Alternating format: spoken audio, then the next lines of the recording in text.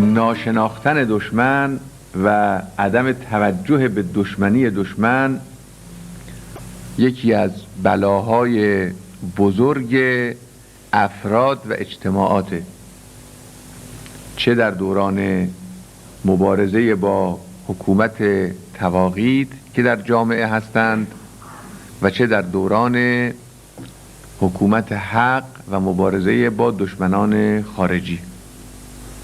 این رو شما امروز هم در جامعه خودتون مشاهده میکنید و من وقتی که به این آیات شریفه نگاه میکنم و این سوره رو میخوانم احساس میکنم که گویی این سوره متعلق به زمان ماست و به شما قاطعاً و صادقاً عرض کنم که در دوران اختناق هم وقتی این سوره رو میخوندم همیشه احساس میکردم که این سوره مال اون زمانه.